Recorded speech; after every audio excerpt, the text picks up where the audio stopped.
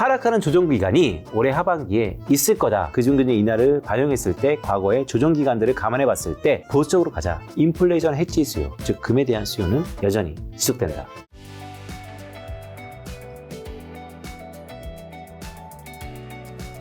그 다음 자세한 이야기 한번 들어볼까요? 네, 말씀드렸던 것처럼 5월 FOMC가 라스트 댄스라고 했는데요. 그런 이유는 왼쪽은 2006년 6월 29일 날 있었던 FOMC 성명서고요. 오른쪽은 요번에 2024년 5월 4일 날 있었던 FOMC 성명서입니다.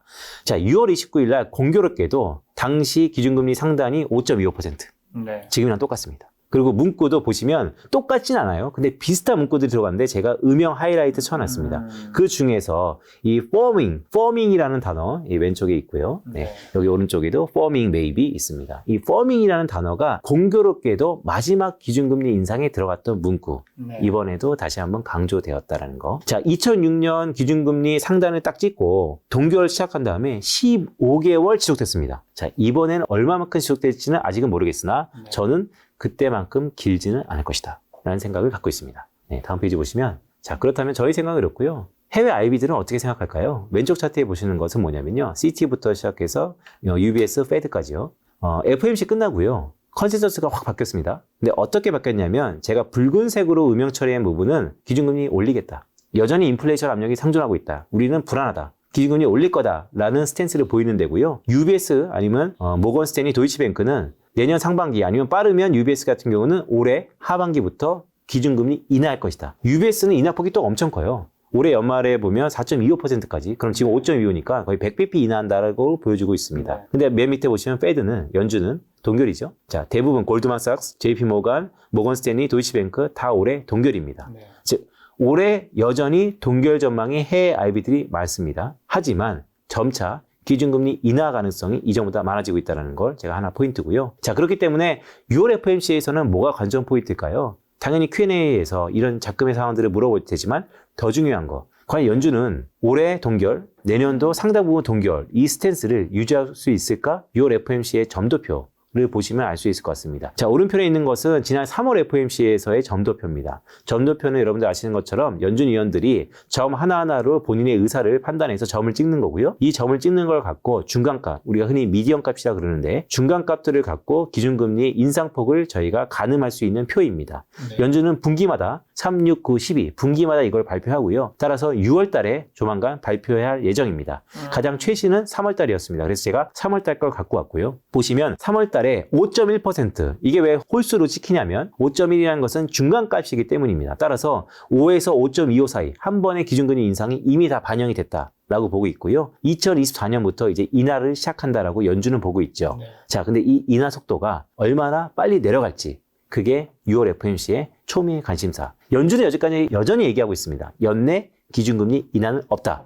자, 그렇다면 2023년 현재 5.25% 이미 도달했기 때문에 이게 6월 달에도 지속될 가능성이 높고, 관전 포인트는 2024년, 2025년 얼마나 빠르게 내려갈지, 아니면 4월 CPI를 보고 올릴지, 그건 초미의 관심사. 어쨌든 관전 포인트는 점도표라는 말씀을 드립니다. 네. 자, 파월 의장의 기자회견 중에 첫 번째 멘트 뭐였죠? 인플레이션 압력은 상존하고 있다. 데이터로 확인해 보면 되겠습니다. 왼쪽 차트에 보시는 것처럼, 자, 제가 미국의 소비자 물가 상승률을 브레이크다운 해봤어요. 에너지 물가, 그다음에 내구재, 자동차 같은 거 2, 3년의 터를 걷고 장기간 주기를 갖고 소비하는 제품들, 그다음에 비거주 서비스 물가, 이게 초미의 관심사입니다. 비거주, 즉 주택을 제외한 서비스 물가가 안정적으로 내려와야지 인플레이션은 다 잡힌다고 우리가 판단할 것이다 라고 공견하게 얘기하고 있는 그 물가입니다. 근데 보시면 어떠세요? 이미, 자, 회색, 에너지 물가 곤두박질 치고 있습니다. 네, 이미 많이 안정되었다고 보고 있고, 최근에 보면 국제유가의 전망치도요 상당 부분 안정 궤도로 내려오고 있습니다. 그만큼 경기가 녹록지 않다라는 것을 반영하고 있는 것이고요. 두 번째는 내구재 물가 한번 보시죠. 내구재 물가도 피크 아웃되고 있습니다.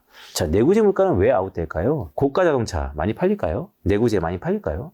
경기에 대한 우려감 때문에 가격도 수요에 따라 의해서 많이 내려오고 있다는 거, 그만큼 공급 차질에 대한 이슈도 많이 해결되었다는 것입니다. 그런데 초미의 관심사가 이겁니다. 비거주 서비스 물가 아니면 주황색인 서비스 물가. 아직까지도 비거주 서비스 물가도 상당 부분 내려오긴 했어요. 레벨이 높을 뿐이지 이미 피크아웃 조짐이 보입니다. 그런데 서비스 물가가 아직까지 높아요. 그래서 우리는 이런 얘기 하죠. 서비스 물가가 높다는 것은 임금 때문이다. 근데 이번에 공교롭게 재밌는 건요, 임금이 서비스 물가에 닭이냐 닭이야이 먼저냐 일 수 있는데요. 주된 요인은 아니다라는 게 최근의 분석입니다. 따라서 임금, 고용시장 매우 중요하죠. 하지만 후행지표라는 거 다시 한번 말씀드립니다. 물론 순환 참조는 있겠지만 임금이 서비스 물가를 올린다라고 보다는 임금이 맨 마지막에 결정될 것이다 라는 말씀을 드립니다. 자, 오른쪽 차트입니다. 자, 아마 녹화일이 김작가 TV에서 빨리 해주시겠지만 그래도 네. 미리 아마 오늘 밤이기 때문에 좀 지나갈 가능성이 높습니다. 보시면 제가 하나만 강조드리고 싶습니다. 미래 얘기니까요. 이번 4월의 CPI는요. 아마 이 부분이 가장 초미의 관심사입니다. 지난해 4월 달에 보시면요. 계속 증가하다가 푹 꺼지죠. 이때가 전년 동월 대비 8.3%. 그러니까 기존적으로 8% 이상을 보이다가요. 이때만 한번 축 내려갔었어요. 이때 국제유가가 상당히 안정적이었고 계절성으로 물가가 내려갔단 말이죠. 자, 전년 동월 대비 1년 전입니다. 지금 1년 뒤예요. 보시면 파란색 계속해서 내려가고 있죠. 피크아웃 되고 있는데 그러면 대부분 사람들이 뭡니까? 아, 내려가겠네 라고 보고 있어요. 그런데 공교롭게도 1년 전에 유독 그달만 낮았기 때문에 이때 낮았으면 1년 뒤 지금은 높은 것이죠. 따라서 지금은 높아질 가능성도 있고 아니면 플랫하게 이어질 가능성이 높습니다. 지금 월가에서 컨센서스가 5.0%입니다. 지난 3월 달에 5%였습니다. 즉 어떤 의미냐면 내려가는 게 멈추는 거 아닌가? 이제 올라가는 거 아닌가?에 대한 혼선이 생길 수 있는 지표이기 때문에 우리가 주목하는 건데요. 그런데요. 지난해 한번 보시죠. 8.3% 찍고 여전히 5월달, 6월달까지 올라갔죠. 그래서 저는 4월달에 노이즈, 제가 노이즈라고 평가합니다. 노이즈가 있을 수 있겠지만 5월달, 6월달 다시 한번 헤드라인 CPI는 내려갈 것이다 라는 말씀을 드립니다. 자, 고용은 후행지표입니다. 고용이 타이트하다고 얘기를 했습니다. 정말 타이트할까요? 왼쪽 지표 보시면 저는 최근의 고용이요 3년 내 가장 부진하다라고 평가하고 있습니다. 오히려 부진합니다. 왜냐면요 이게 비농업 부분 취업자 수 증가입니다. 즉 신규 고용인데요 1, 2, 3월달, 5월달 제가 2011년도, 2012년도, 2023년도 그러니까 2021년, 2022년, 2023년도를 그대로 그려봤습니다. 어떠세요? 2021년도, 2022년도하고 초기 3개월이 지금이 현저히 안 좋습니다. 올해 4월은요, 계속해서 고용 증감이 둔화되고 있어요. 이번 4월 달에 잠깐 반등한 것이죠. 따라서 지난 2, 3년 동안의 흐름을 봤을 때 최근 3개월이 오히려 더 부진하다라고 말씀을 첫 번째 드리고 싶고요. 두 번째는요, 오른쪽 차트입니다. 4월 달 신규 고용이 25만 3천 건 증가했어요. 시장의 컨센서스보다 훨씬 높았습니다. 좋았죠? 네. 그런데 2월 달하고 3월 달 기존 이전 수치가요, 조정됐어요. 리바이즈 됐는데 어떻게 조정됐냐? 하향 조정됐습니다. 17만 3천 건 정도 오히려 안 좋아졌습니다. 자, 반복해서 패턴이 지속되고 있죠. 처음엔 좋게 나옵니다. 하지만 한 달, 두 달 지나면서 이전에 좋았던 게 점점 줄어들고 있다는 거. 자, 왼쪽 차트 뭐라고 제가 말씀드렸죠? 지난 2, 3년 동안의 초기 흐름이 더 안 좋다. 4월 달에 반등했는데 2월 달, 3월 달 수치가 더 내려가고 있다. 자, 그렇다면 고용은 후행 지표다라는 거. 고용이 타이트한 건 맞지만 점차 균형을 찾아가고 있고 좋다라고 저는 맹목적으로 계속해서 말씀드리는 건데요. 좋다라고 판단하진 않다라는 말씀을 드립니다. 자, 은행위기가 봉합됐다라는 옐런, 파월, 다이먼의 말들이 있습니다. 그들의 이해 목적 함수가 저는 같다라고 보고 있고요. 왼쪽 차트 보시죠. 자, 최근에 시그니처, 실리콘밸리, 그다음에 퍼스트 리퍼블릭 뱅크까지 다 무너졌습니다. 제게 12위에서 14위까지 다 무너지고 있는데요. 문제는 지금 파산 규모가요. 532억 달러입니다. 그러니까 무너진 지역은행들의 규모인 것이죠. 근데 그게요. 왼쪽 보시면 2008년 서프라임 때보다 많습니다. 자, 지금부터 무너지면요. 엄청나게 큰 규모일 겁니다. 벌써 2천억 넘는 퍼스트 리퍼블릭 뱅킹 무너졌기 때문에 이제는 이거보다 훨씬 더 규모가 큰 게 무너질 겁니다. 그렇다면 지금부터 지역은행의 리스크는 국지적 리스크가 아니고 미국 경제의 성장률에 상당 부분 하향 조정을 나타낼 수 있는 그런 규모일 거다. 그런데 네. 그 규모가 대부분 노출도가 상업용 부동산에 크다라는 말씀을 다시 한번 드리고 싶고요. 자, 그런 의미에서 오른쪽에 보시면 자, 이 SVB 사태를 지금 겪고 있는 중소상업은행들의 예금이 줄고 있습니다. 이미 대형은행은 계속해서 줄었던 거는 어제 오늘 일은 아니고요. 그런데 중소상업은행이 상당 부분 유동성의 홍수 속에서 많은 비즈니스를 하다가 최근에 이렇게 급감하고 있다는 거. 자, 이렇게 은행에서 예금이 빠져나가고 있는데 예금을 계속해서 유동성을 계속해서 공급할 수 있는 그런 명분과 툴이 유지될 수 있을까? 저는 이미 긴축 사이드에 접어들었던 이 시점에서 이 부분들은 좀 더 불안한 요인으로 보고 있다는 말씀을 드립니다. 이미 2,400억 달러나 예금이 중소은행 등에서 인출하고 있다는 말씀을 드립니다. 다시 한번 보시면 네, 물론 중소은행에서 예금이 빠져서 대형은행으로 다시 들어가고는 있죠. 하지만 그것도 임시적일 가능성이 높다라는 생각을 갖고 있습니다. 자, 앞에서 연장선상입니다. 자, 이렇게 지역은행들의 봉합이 끝나지 않았다라고 보는 가장 큰 이유는 상업용 부동산 부분입니다. 일단 공실이 많아요. 왼쪽 차트는 공실률입니다. 붉은색은 오피스, 파란색은 아파트입니다. 아파트는 괜찮아요. 네, 미국은 주거는 탄탄합니다. 가계도 디레버리징, 즉 부채를 다 줄여놔서 의외로 미국의 주거용 아파트가 튼실해요.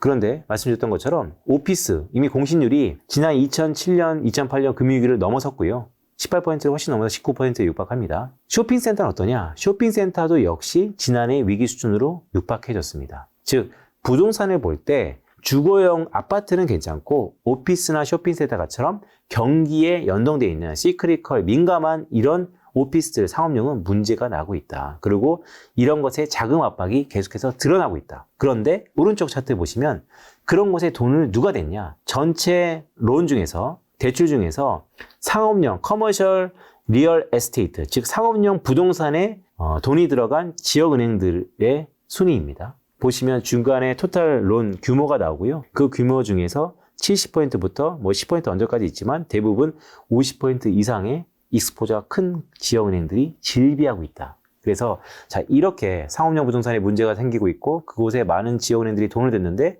다이먼 회장이나 옐런이나 파월처럼 괜찮다? 저는 통계를 보면 아직까지 불안하다라는 말씀을 여전히 드립니다. 자, 침체 신호.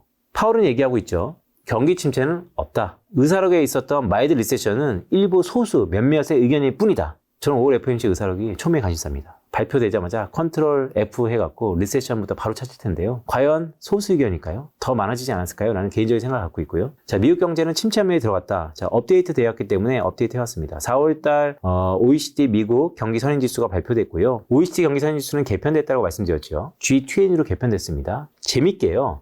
G20 경기 선행지수가 바닥을 다지고 있어요. 긍정적 신호죠. 중국의 여파가 큽니다. 효과가 큽니다. 그런데요, 미국은요, 4월 달에 하락폭이 더 커졌습니다. 왜냐하면 지난 1월 달에 침체 신호에 들어갔다. 이 파란색 점선을 뚫고 내려가면 과거에 음영 처리된 것을 미국의 경기 침체 기간이기 때문에 항상 그 하단을 뚫고 내려가면 경기 침체에 들어갔다는 말씀 드렸었죠. 이게 실물 경제 빠르면 6개월, 많게는 9개월 정도 선행한다고 말씀드렸고요. 따라서 1월 달에 신호가 잡혔기 때문에 올해 하반기, 즉 3분기, 빠르면 3분기에는 역성장이 들어갈 것이다라는 전망입니다. 그런데 4월 달 계속 한 달 한 달 업데이트가 돼가는데 최근에 4월 달 신호가 안에 걸쳤다가 좀 더 뚫고 내려왔다라는 거 말씀드립니다. 네, 그래서 말씀드렸던 것처럼 미국의 OECD 경기 선행지수가 4월 달에 그 하락폭을 좀 넓혔다는 거 첫 번째 포인트였고요. 두 번째 포인트는 여전히 긴축이 빠릅니다. 이 표에 보시면 5월 달에 기준금리를 인상까지 반영해서 이제 상단이 5.25%인데요. 그거를 지난해 3월부터 기준금리를 올렸으니까요. 월로 나눠보면요. 월에 36 베이시스 포인트, 그러니까 0.36%포인트 기준금리 인상폭입니다. 근데 이게 40년의 최고치라는 거. 자, 지금부터 동결이 돼서 기간이 흐른다면 이 부분은 내려가겠죠. 하지만 지금의 40년의 가장 빠른 긴축에서 경고했던 미국의 경제도 장사 없다. 라는 말씀을 다시 한번 드립니다. 이 근본이 바뀌지 않았는데 지역은행들이 괜찮다라고 얘기하기에는 저는 아직까지 데이터로 확인된 게 없다라는 말씀을 드립니다. 자, 그렇다면 말씀드렸던 것처럼 라스트 댄스일까? 아니면 6월 달에 한 번 더 인상할까? 상반기에 기준금리는 종료된다라는 강한 확신을 갖고 있고 저는 그 확률을 5월 달로 좀 더 보고 있는 사람입니다. 자, 그렇다면 우리가 이제 고민해야 될 거 한 단계 더 나아가서 동결 이후에는 어떤 일이 벌어질까? 인하도 될 수 있고 동결될 수 있고 지금 생각하기 싫지만 인상 가능성도 여전히 상존하고 있습니다. 가능성은 적지만 이제 그거에 대한 트리거는 뭘까? 저는 컷을 예견하는 사람으로서 그 트리거 첫 번째 부채 한도 협상입니다. 자, 왼쪽에 보시면 이미 부채 한도 막대 그래프입니다. 라인 그래프는 한도고요. 부채가 한도를 넘어버렸습니다. 31조 4조 달러. 미국의 GDP의 125%. GDP를 훨씬 더 증가했다는 것이죠. 자, 그런데 오른쪽에 1월 달에 이미 터치하고요. 지금 2, 3, 4, 5월 많은 부분 3, 4개월을 뭐로 연명하고 있냐? 마이너스 통장 빼고 있는 거죠. 현금 갖고 쓰고 있다. 이게 트레저리 제너럴 에이전트 어카운트, TGA라는 겁니다. 재무부 현금이라는 건데요. 보시면 최근에 계속해서 감소하다가 한 4월 달에 약간 반등했어요. 그리고 다시 업데이트 해보니까 5월 초에 좀 내려왔더라고요. 5월 초 잔액이 2,600억 달러입니다. 1,000억 달러까지 내려갔다가 한 2에서 3,000억 달러 들어온 거예요. 문제는 들어와서 한숨 돌렸죠. 그런데 이거 갖고 옐런 원장은 엑스데이트 6월 1일 아니면 JP모건 7월 말. 문제는 한 달, 두 달 정도의 유동성밖에 없는 것이다. 미국도 똑같이 한국하고 지방세, 소득세 거치면서 어느 정도 세수가 들어온 것 뿐입니다. 즉 이벤트성이라는 것이죠. 따라서 부채 한도 협상이 목전에 왔다. 근데 모두에 말씀드렸던 것처럼 녹록치 않다. 자, 다음 페이지 보시면. 그렇기 때문에 2011년도를 우리가 기억해야 된다. 이 표는 제가 만든 건데요. 자, 2011년 7월 달 말 부채 한도 협상 지연되면서 8월 5일 시한도가 강등됐고 그때 어떻게 됐냐? 맨 마지막 금융시장 보시죠. S&P 500 한 달간 7월 한 달간 S&P 500입니다. 미국에서 가장 잘 나가는 500개 기업을 모아놓은 그 집합체조차도 한 달간 3.53% 하락했고요. 이후 6개월 동안 계속 빠져서 총 17%까지 누적으로 빠집니다. 지구 반대편에 있는 한국은요, 거의 지수가 반토막 납니다. 개별 지수는 엄청났겠죠? 자, 지금하고 그때하고 똑같을지 않을지 모르겠습니다. 하지만 환율은 비슷한 것 같습니다. 환율은요, 누적으로 연초 대비 7월 달까지 6% 달러 약세. 지금도 한 2.23% 달러 약세가 진행되고 있죠. 과정이 되게 중요합니다. 어떻게 협상되는지도 중요하고요. 하지만 제일 먼저 시기가 중요하다. 저는 개인적으로 정치를 보시면 2011년도 오바마 민주당, 그 다음에 상원과 양원, 의회가 양분돼 있었죠. 지금 바이든 민주당, 의회가 양분돼 있습니다. 따라서 경제 정책을 보시면요. 2011년도에는 미국의 GDP가 2% 중후반까지 잘 나가다가 부채 협상 지연내면서 3분기 때 역성장으로 돌아섰습니다. 지금 1분기에 미국의 GDP가 1.1%, 2분기에 서서히 내려간다는 게 컨센서스. 저는 이 마이너스가 언제 올지 모르겠습니다. 온다면 모두에 말씀드렸던 것처럼 연준은 스탑 앤 퍼즈를 고수하고 있지만 물론 인플레이션 안정 상존하죠. 하지만 경기가 이렇게 역성장이 폭이 확대되면 확대될수록 연준의 운신의 폭은 줄어들고 저는 여차하면 기준금리 인하까지도 가능성이 있다. 설사 기준금리 인하가 내년 상반기에 진행된다 하더라도 가격 변수는 미리 올해 하반기에 선반영될 것이다. 그래서 우리는 선반영된 이유를 주목해야 된다. 라는 말씀을 드립니다. 지금 그러면 위원님 말씀은 증시가 향후 좀 폭락하는 장애 올 수 있다는 건가요? 그러니까 부채 한도 협상이요. 2011년도처럼 지연돼서 시한도 강등 이슈가 나온다면 폭락할 것 같고요. 지지부진하게 어쨌든 협상이 마무리되는데 그 시기가 좀 길었다라고 하면 주가 지수는 폭락이 안 됐다 하더라도 성장률은 둔화폭, 마이너스 폭이 확대될 것이다. 이렇게 보고 있습니다. 재밌는 거 하나 갖고 왔습니다. 여기 올려고 어저께 새벽에 또 만들었습니다. 가로축은 미국의 경제 성장률입니다. 전기비 연율 기준이고요. 세로축은요. 기준금리의 전월 대비 변동폭입니다. 궁금하지 않으세요? 경제가 플러스였을 때 기준금리를 인상하는지, 경제가 역성장일 때 기준금리를 인하하는지 과거 1980년대부터 현재까지 그려봤습니다. 추세선 보시면요. 우상향하죠. 그 말은 건 뭐냐면 정말로요. 경제가 좋을 때 기준금리는 인상합니다. 그럼 반대로 경제가 안 좋을 때는요. 제가 빨간색 박스에 놨죠. 기준금리 인하합니다. 그런데요. 예외 변수가 있습니다. 제가 동글뱅이 쳐놨는데요. 경제가 역성장했는데요. 기준금리를 올렸던 사례가 있습니다. 1981년 2분기, 82년 1분기, 그리고 공교롭게 2022년 1분기와 2분기입니다. 작년입니다. 작년에 경제가 안 좋았는데 인플레이션 압력 때문에 기준금리를 올릴 수밖에 없다는 거. 이때 침체 가능성 여전히 높다. 초유의 사태. 1980년대부터 미국의 50년 역사 속에서 단 한 번도 없었던 그 사례가 딱 4번 있었던 사례가 최근에 나타났다. 라는 말씀을 드립니다. 자, 두 번째는 제가 잭슨을 말씀드렸죠. 이거 논문인데요. 좀 재밌습니다. 체내 논문입니다. 2020년 논문이고요. 자, 가로축은 인플레이션, 기대 인플레이션입니다. 기대 인플레이션, 시장의 경제 주체들이 기대 인플레이션의 눈높이를 조절하는 거. 우리가 연준이 작년부터 계속해서 주구장창 얘기했던 게 뭡니까? 기대 인플레이션이 안정적이어야 된다. 기대 인플레이션이 불안정하면 우리는 운신의 폭이 없다. 근데 이 기대 인플레이션입니다. 세로축은요, 최근 팬데믹 이후에 매크로 데이터가 다 혼선되고 있죠. 저도 최근에 신간을 내가지고 매크로 데이터를 좀 보자라는 얘기를 많이 드리고 있는데, 팬데믹 때문에 이동이 자유롭지 않으니까 매크로 데이터가 다 깨졌습니다. 그걸 중간에 파고든 게 플랫폼 기업들, 구글 같은 데서 구글 인덱스라는 걸 발표하고 있죠. 이 인덱스는요, 구글을 검색해서 인플레이션을 얼마나 많이 검색했는지 적게 검색했는지 그 빈도수라고 보시면 됩니다. 많을수록 인플레이션을 더 검색 많이 한 거고요. 적을수록 인플레이션을 적게 검색한 것이죠. 자, 그것을 쫙 트래킹해 보니까요. 스리솔드, 추세선이 중간에 꺾이는 부분이 있죠. 이 꺾이는 부분이 3.5%라고 나온 겁니다. 자, 인플레이션이요. 예전처럼 2%까지 기대 인플레이션의 반응이 없습니다. 2.5% 반응이 없습니다. 3% 반응이 없습니다.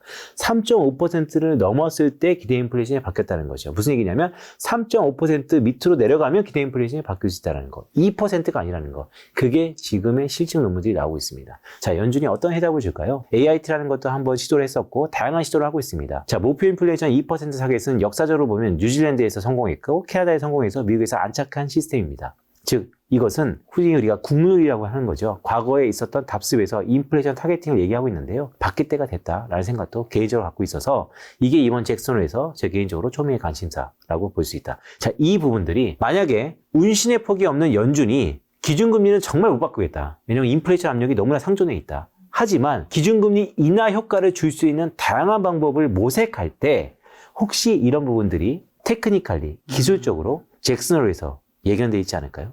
그렇다면 잭슨홀에서 이후의 이전과 금융시장의 위험 선호도는 상당 부분 바뀔 수 있지 않을까요? 우리가 기대 인플레이션 3.5%라는 거 다시 한번 강조드립니다.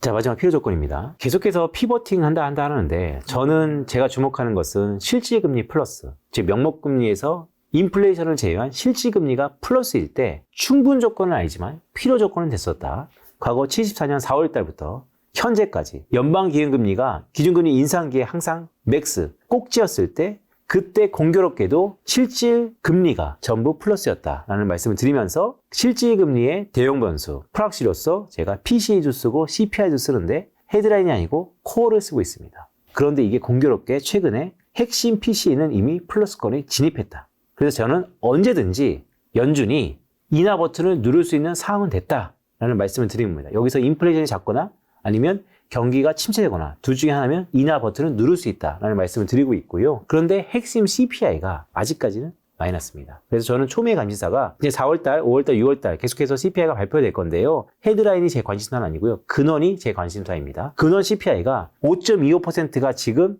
상단, 더 이상 기준금리 인상이 없다라고 저는 보고 있기 때문에 핵심 CPI가 5.25%보다 언제 낮아지는지 그때가 저는 실질적으로 연준이 기준금리 인하를 누를 수 있는 조건이 완벽하게 부합될 때다라고 보고 있습니다. 다음 페이지 보시면 자, 제가 마지막 말씀드렸던 거죠. 자, 기준금리 인하가 연준은 내년 한 중반 이후, 금융시장은 빠르면 내년 상반기, 올해 더 빠르면 올해 하반기라고 보시는 분도 있고 저는 여러 가지 변수 중에서 올해 하반기도 가능성이 높다라고 보고 있고 네. 그럼 그것들의 결과론적으로는 주가를 항상 선반영하니까 올해 하반기에 어느 시점에는 기준금리 인하를 채권 금리뿐만 아니고 주가도 반영할 겁니다. 지금 미국의 10년 금리가 3.5% 정도 됩니다. 5.25% 기준금리보다 약 한 200bp 기준금리 인하를 반영하고 있습니다. 좀 과한 측면도 있죠. 그렇기 때문에 부채 한도 협상이 진행되면 뭐 되돌림이 있을 거다라는 여러 가지 전술적인 전망도 있습니다. 근데 그런 걸 차치하고요. 주가 한번 보시죠. 왼쪽은요. 2001년 이후에 현재까지요. 기준금리 인하 직후에 주가의 조정 기간입니다. 조정의 정의는요. 마이너스 폭을 보이다가 플러스로 전환되기까지의 기간입니다. 보시면 2달, 5달, 5달, 2달, 1달입니다. 2007년, 2008년에는 5달 정도 지속되는 경우도 있고요. 조정 기간입니다. 가장 최근에는 1달이었습니다. 자, 그런데 보시면 당시 기준금리 인하 직전의 수준을 보시죠. 2001년도에는 6.5%였고요. 2007년도에는 5.25%, 2008년도에는 2%, 2019년도에는 2.5%, 최근에는 1.75%입니다. 기준금리 수준이 높을수록 조정기간이 기냐 짧으냐 관계가 없습니다. 왼쪽 차트를 보시면 관계가 무의미합니다. 따라서 이번에는 금리 수준하고 별개로 기준금리 인하를 반영한 주가의 조정금리 기간이 있을 텐데 그게 평균적으로 2개월이었다는 거를 말씀드립니다. 보시는 것처럼 미국의 기준금리 수준하고 조정기간하고는 관계는 없다는 첫 번째 말씀드렸고 네. 따라서 우리는 평균에 주목해야 되는데 평균은 2에서 3개월, 2개월이었다라는 말씀을 드립니다. 자, 오른쪽 표는 그때 S&P 500, 나스닥, 코스피 지수의 등락폭입니다. 전부 다 하락했고요. 많게는 2008년도 금융위기가 결부돼서 뭐 30% 이상까지 하락한 적도 있고요. 근데 평균적으로 보면요. 평균이 중요하죠. S&P 500 같은 경우는 조정 기간에 약 한 15%에서 16% 정도 하락했었고요. 나스닥은 좀 더 베타, 즉 탄력성이 컸고요. 코스피도 비슷하게 하락했다는 거. 하락하는 조정 기간이 올해 하반기에 있을 거다라는 저는 조심스러운 전망을 이번 달에 와서 드리면서요. 앞으로 저희 고민은 그럼 그 조정 기간에 주도주가 바뀔 텐데 네. 뭐로 바뀔지. 저는 지난번에 제가 잠깐 말씀드렸지만 오히려 역발상적으로 은행 산업도 좋게 보는 사람 중에 하나입니다. 왜냐하면요. 지금 은행이요. 대형화되고 있습니다. 미국의 은행들이 대형화되고 있어요. 그리고 최근에 대출 태도나 규제의 흐름을 보면요. 도트 프랭크법의 재림이라는 얘기가 있죠. 이제는 규제가 강화되고 있습니다. 은행이 커졌는데 규제가 강화되면 어떤 일이 벌어질까요? 후발주자들이 못 들어가는 거죠. 따라서 저는 독과점의 플레이가 나타날 수 있을 것이다. 따라서 이런 통과 의뢰가 거친 다음에 은행 산업도 또 다른 기회가 있을 것이다. 자, 우리가 주도주를 고민하고 있는데요. 어떤 주도주일까요? 여러 가지 의견이 있다라는 말씀도 드립니다. 자, 그럼 이런 상황에서 현재 이제 주식시장 네. 개인분들은 어떻게 대응해야 될까요? 네, 저는 저희 고객들한테 여전히 뭐 규모에 따라서 아니면 시장의 포지션에 따라서는 다를 수 있는데요. 여전히 경기 침체를 앞두고 있어서 또한 기준금리 인하를 반영했을 때 과거의 조정 기간들을 감안해 봤을 때 보수적으로 가자라는 말씀을 여전히 드리고 있고요. 따라서 주가지수 외에도 여러 가지 자산군들이 있죠. 제가 지난해 연말부터 김작가 TV에 와서 계속해서 주구장창 하나 딱 콜했던 게 있죠. 금. 네, 여전히 온스당 1,500불에서 제가 콜했었는데 지금 2,000불을 넘어서 비쌉니다. 그런데 지난번 영상에서도 말씀드렸지만 기준금리 인하를 하더라도 과거처럼 5.25가 0%까지 가지는 않을 것 같다. 어느 정도 인하하다가 다시 한번 업앤다운이 반복될 것 같다라고 한다면 여전히 패러다임 시프트에서 인플레이션 해지 수요, 즉 금에 대한 수요는 여전히 지속된다라는 말씀을 드립니다. 그리고 하반기에 있을지도 모르는 조정기 때 주도주가 될 수 있는 가능성이 있는 네. 곳은 어떤 곳들이 후보군일까요, 그러면? 네, 역시 김작가 TV에 와서 많은 얘기를 드리고 싶은데 아직은 능력 밖입니다. 첫 번째, 제가 드릴 수 있는 왜냐면 제 전공이 아니기 때문에 성장하는 여러 가지 기업들이 있죠. 최근에 기준금리 인하를 반영하면 베타급 바이오도 괜찮다라는 애널리스트의 콜들도 많아요. 근데 제가 볼 때는 아직까지는 데이터를 더 봐야 됩니다. 그런데 매크로 이코노미스이기 때문에 제가 드릴 수 있는 첫 번째 콜은 조정 기간이 올해 하반기에 있다. 그게 2, 3개월이었다. 그 조정 기간 동안 종합지수는 하락폭이 있었다. 하지만 주도주가 바뀐다. 라는 말씀을 드립니다. 그럼 그때를 대비해서 어느 정도 현금은 준비를 좀 해야 되는 거겠네요. 우리의 현금은 필수. 김 작가님이 갖고 있는 것처럼 현금은 필수. 알겠습니다. 위원님과는 또 다음 달에 한번 만나 뵙도록 하겠습니다. 오늘 만날 손님은 빈세트 위원님이었습니다. 지금까지 여러분 소중한 시간 함께 해주셔서 정말 감사합니다. 오늘도 김 작가였습니다. 고생 많으셨습니다. 맞습니다.